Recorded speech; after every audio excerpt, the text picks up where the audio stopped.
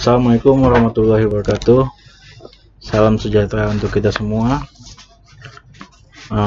Sedikit perkenalan karena ini akan masuk ke link YouTube.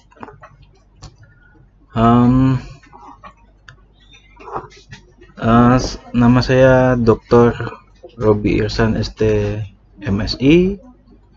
Saya berafiliasi di Universitas Tanjung Pura, khususnya di jurusan Teknik Lingkungan. Untuk spesifikasi bidang keahlian saya di manajemen lingkungan, lebih tepatnya di tata guna lahan dan perbatasan. Ada beberapa mata kuliah yang saya ampu terkait dengan ruang, lahan, dan juga pembangunan. Nah, salah satunya ini adalah pembangunan berkelanjutan dan kearifan lokal.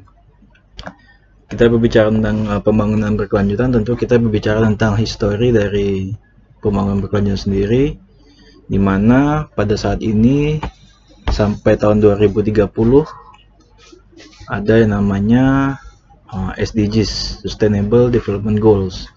Jadi goals ini diterapkan dari tahun 2015 sampai 2030 dengan 17 tujuan. Oke, kita masuk pada sesi kali ini berbicara tentang pembangunan berkelanjutan, SDGs dalam perencanaan dan bagaimana implementasinya dalam pembangunan. Untuk outline-nya sendiri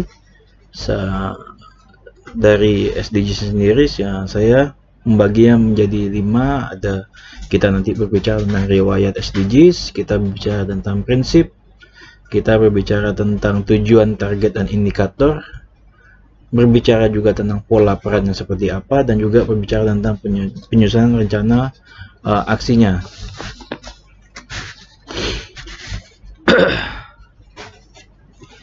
Yang pertama tentang riwayat SDG sendiri. SDG sendiri ini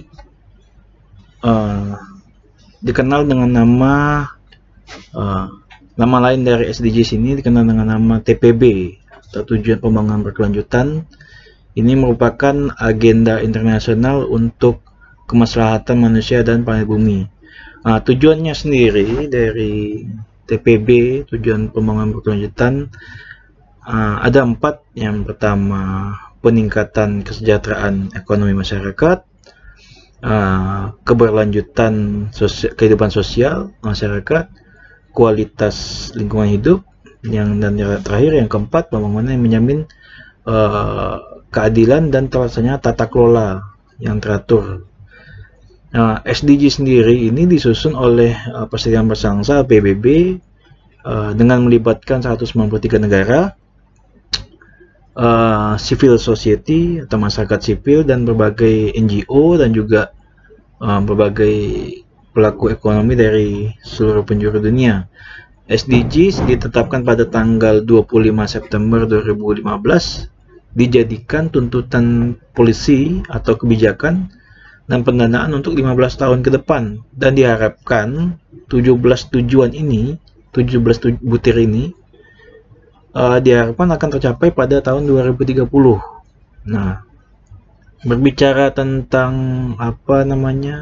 sebelum kita masuk kepada SDG sendiri ini, tentunya pada kenapa bisa ada SDGs? Karena ada kegiatan pada waktu dahulu, yang pada waktu zaman industri. Jadi berbicara tentang SDGs ini di awal mulanya diterapkan oleh United Nations pada tahun 72. Ada yang dikenal dengan nama Stockholm Conference. Ini pada waktu itu delegasi Indonesia dipimpin oleh Profesor Emil Salim, yang menetapkan pada hasil dari konferensi tersebut, menetapkan bahwa pada tanggal 5 Juni merupakan Hari Lingkungan Hidup. Nah, ini hasil dari konferensi Stockholm yang diwakili oleh Prof. Emil Salim dari delegasi Indonesia. Lalu pada tahun 78 setelah dibentuk setelah konferensi Stockholm, maka pada tahun 78 dibentuklah Kementerian LH Lingkungan Hidup. Pada tahun 97,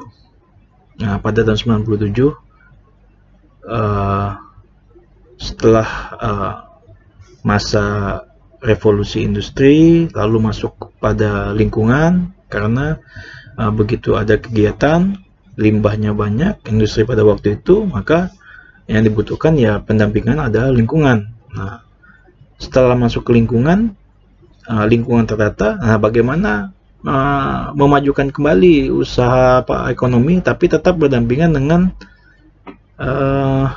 lingkungan.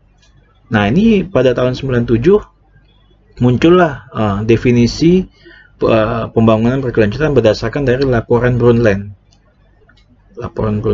Jadi laporan Brundtland itu hasil akhirnya berupa definisi pembangunan berkelanjutan. Nah, pada tahun 2009 masih di dalam rezim lingkungan hidup, Undang-Undang 32 tahun 2009 ditetapkanlah ini definisi tadi nih, pembangunan berkelanjutan. Sebagai payung hukumnya ada Undang-Undang 32 tahun 2009. Nah, pada tahun 2017 komitmen mulai diwujudkan dalam Perpres nomor 59 tahun 2017 tentang pelaksanaan pencapaian tujuan pembangunan berkelanjutan. Nah, itu berbicara tentang rezim lingkungan melalui United Nations. Nah, masuk pada tahun 90-an nih. Nah, ini kan mulai pembangunan nih. Rezim pembangunan.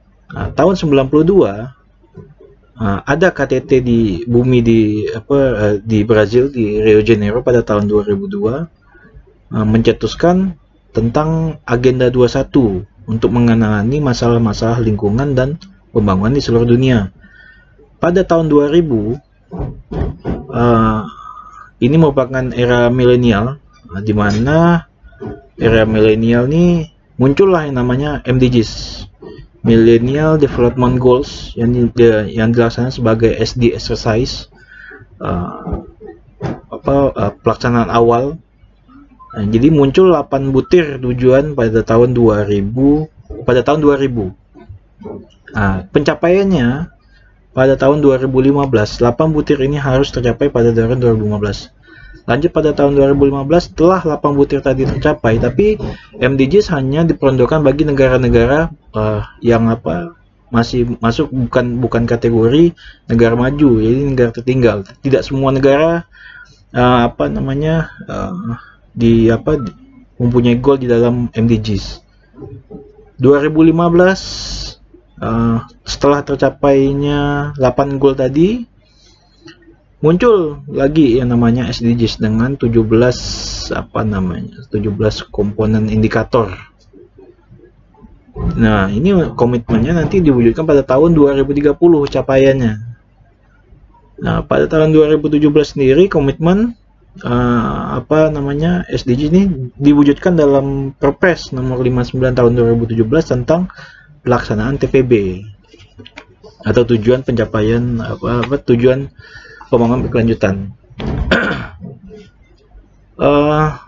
Berkelanjutan sendiri ini diatur di pasal 5 Permendagri 86 tahun 2017, yang dimana berkelanjutan ya ini ada pembangunan yang mewujudkan